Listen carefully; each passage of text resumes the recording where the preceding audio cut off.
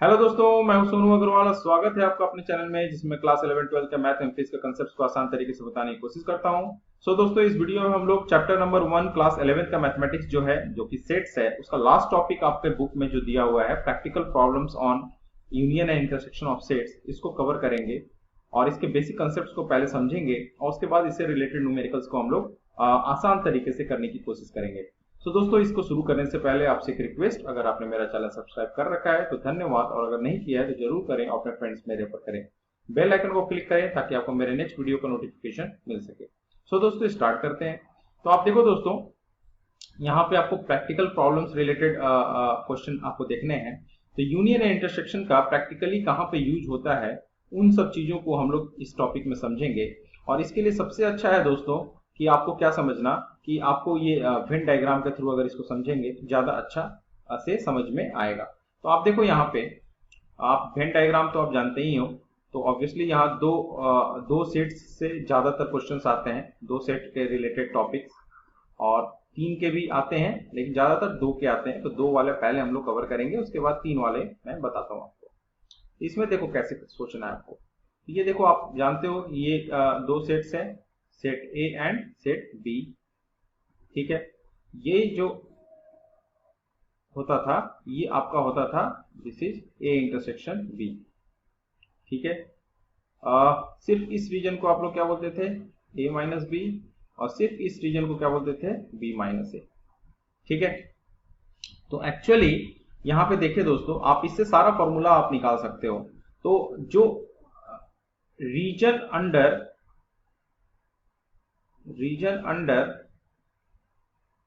Any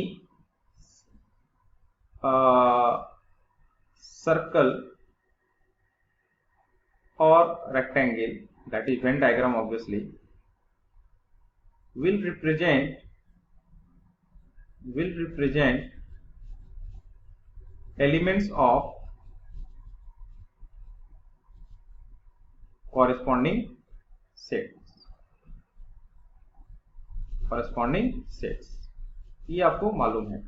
rectangular को क्या बोलते थे, यूनिवर्सल सेट बोलते थे, और एक सर्कल सेट ए को रिप्रेजेंट कर रहा है, दूसरा सर्कल सेट बी को रिप्रेजेंट कर रहा है। तो ये सब चीजें आप लोग पढ़ चुके हैं।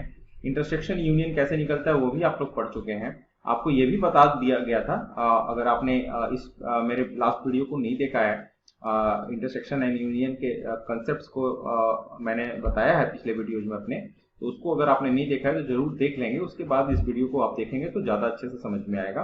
तो आपको मैं बता चुका हूं कि जो रीजन होता है किसी भी सर्कल या रेक्टेंगल, जो कि Venn diagram is consist of circle and rectangle, आपको मालूम होगा, है ना। तो उसके अंदर का जो रीजन होता है वो क्या रिप्रेजेंट करता है दोस्तों, एलिमेंट ऑफ कॉरेस्पॉन्डिंग सेट्स, उस सेट का एलिमेंट्स।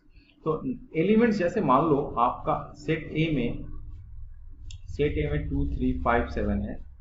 ठीक है, सेट बी में दोस्तों सेट है, आप सेट बी में है मान लीजिए 5 7 9। ठीक है, तो आपको number of elements in set ए कितना है दोस्तों, 1 2 3 4। तो 4 एलिमेंट सेट ए में है। तो इसको लिखने का तरीका क्या है, आप इस तरीके से लिखते हो, n ऑफ ए मतलब number of elements in set A it equal to 4। उसी तरीके से सेट बी में नंबर ऑफ एलिमेंट्स लिखेंगे, दैट इज इक्वल टू 3 है, तो number of elements in set B is 3। तो इस तरीके से लिखा जाता है दोस्तों। तो इस तरीके से आप सबसे पहले ये समझना होगा कि नंबर ऑफ एलिमेंट्स इस तरीके से लिखा जा सकता है।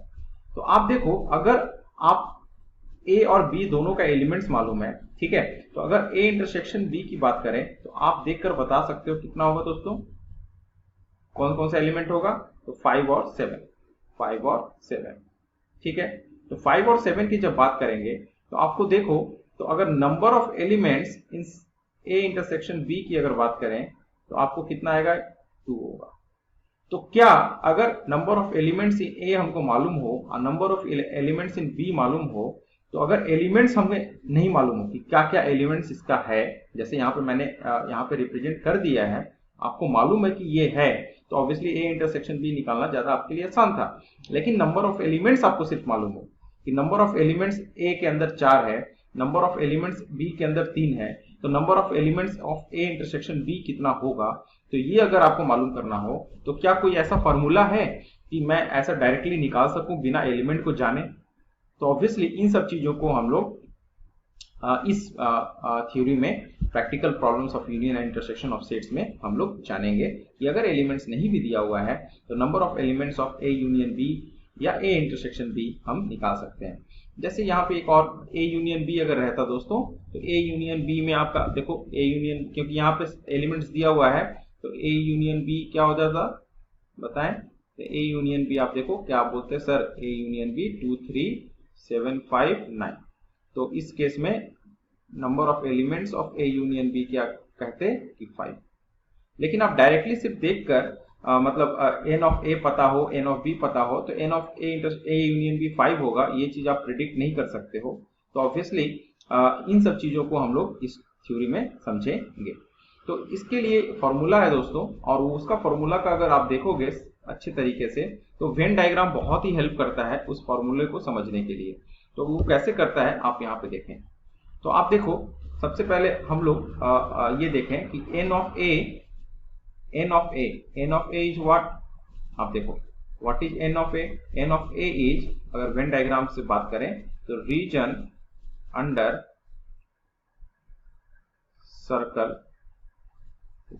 सर्कल ए, है ना। सर्कल ए जो बना हुआ है उसके रीजन के अंदर के सारे elements, that is N of A. N of B क्या बोलोगे दोस्तों, एन ऑफ बी आप बोलोगे रीजन अंडर सर्कल बी, है ना, circle B. N of A union B क्या बोलिएगा, N of A union B क्या बोलिएगा दोस्तों, N of A union B बोलिएगा region of both A and B. A और बी दोनों का फुल रीजन, क्योंकि ए यूनियन बी आपको याद होगा उसका वेन डायग्राम क्या होता था, दोनों का सर्कल ये पूरा, है ना। इस तरीके से आपका ए यूनियन बी होता था। तो अब हम लोग समझा जाए कैसे निकलता है। तो एक्चुअल मैं पहले फॉर्मूला लिख देता हूं ताकि आप इस फॉर्मूले को याद रखें। बेसिकली यही फॉर्मूला है, ए number of elements is A union B is given by n of A plus n of B minus n of A intersection B। ठीक है, तो आपको ये फॉर्मूला याद रखना है। This is very very important formula. बहुत सारे न्यूमेरिकल्स इससे सॉल्व होंगे दोस्तों। तो ये आपका बेसिक फॉर्मूला हुआ। अब ये देखो कैसे आप मान लो भूल गए तो कैसे याद रख सकते हो, अगर वेन डायग्राम आप, क्योंकि वेन डायग्राम बनाना बहुत आसान है, ये तो आप यूं ही बना लोगे, है ना। तो इससे कैसे समझे, इसी से ये फॉर्मूला आ जाएगा। देखो एन ऑफ ए ऑलरेडी मैंने बोल दिया है कि सर्कल ए के रीजन का अंदर, सर्कल बी के रीजन के अंदर के एलिमेंट को एन ऑफ बी बोलते हैं। तो देखो अगर आप एन ऑफ ए बोल रहे हो, एन ऑफ ए बोल रहे हो मतलब ये पूरा सर्कल कवर हो गया, ठीक है। ए बी अगर बात करें तो बी में आप ये भी कवर कर लिए, ये वाला, ठीक है। तो ऑब्वियसली ए यूनियन बी इतना ही होता है। लेकिन आप देखो ए के अंडर में ये वाला रीजन ऑलरेडी था जिसको आप एन ऑफ ए में ऐड कर चुके हो, और एन ऑफ बी में भी फिर से इसको ऐड कर दिए। नहीं, दो बार आप ऐड कर रहे हो, जबकि हमको कितने बार चाहिए इस रीजन का एलिमेंट, एक ही बार चाहिए।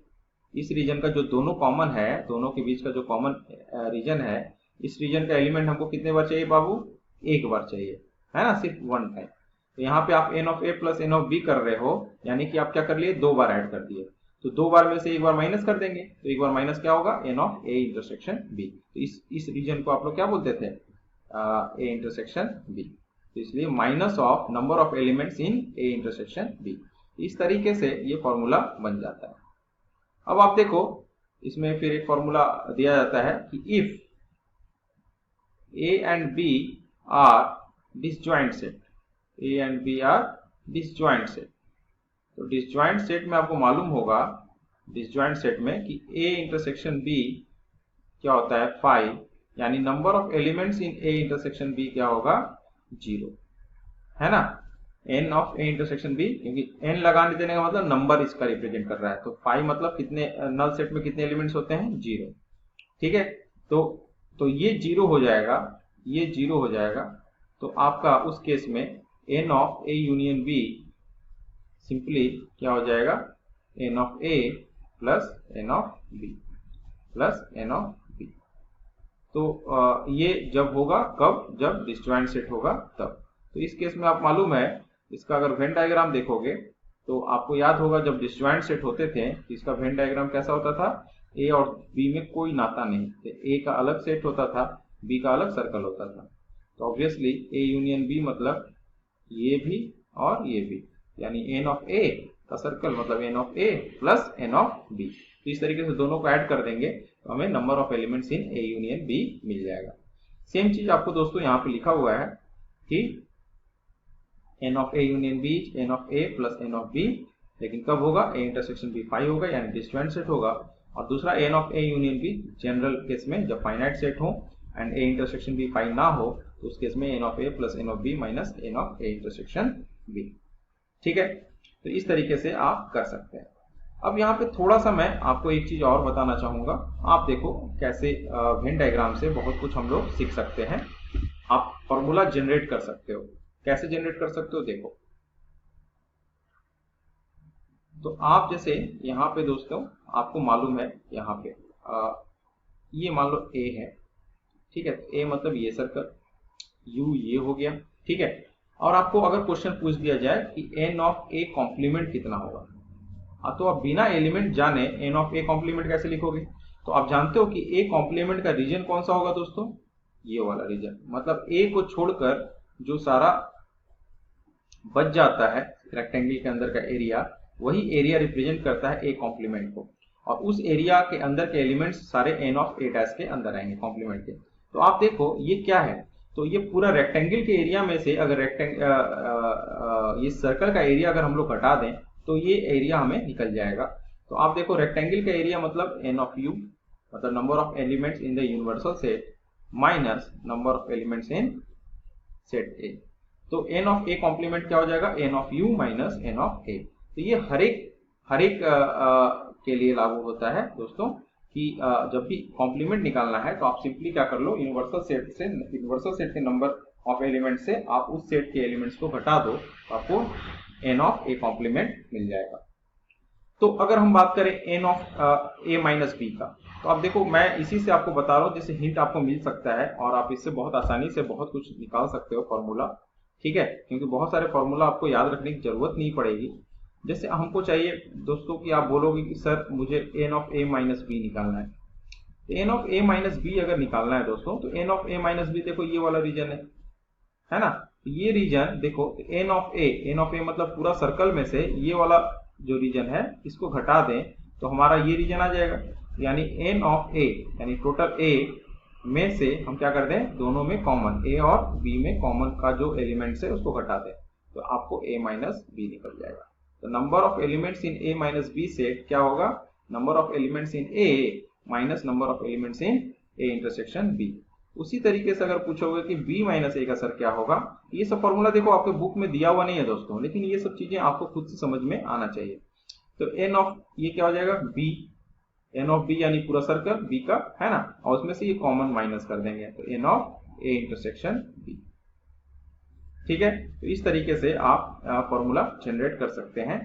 तो यहाँ पे दोस्तों अगर बात करें आपके जो बुक में दिया हुआ है तीन एलिमेंट का भी तीन सेट का भी यूनियन का एक फॉर्मूला दिया हुआ है जो कि हम लोग अभी निकालते हैं और मैं उसको दिखलाता हूं आपको।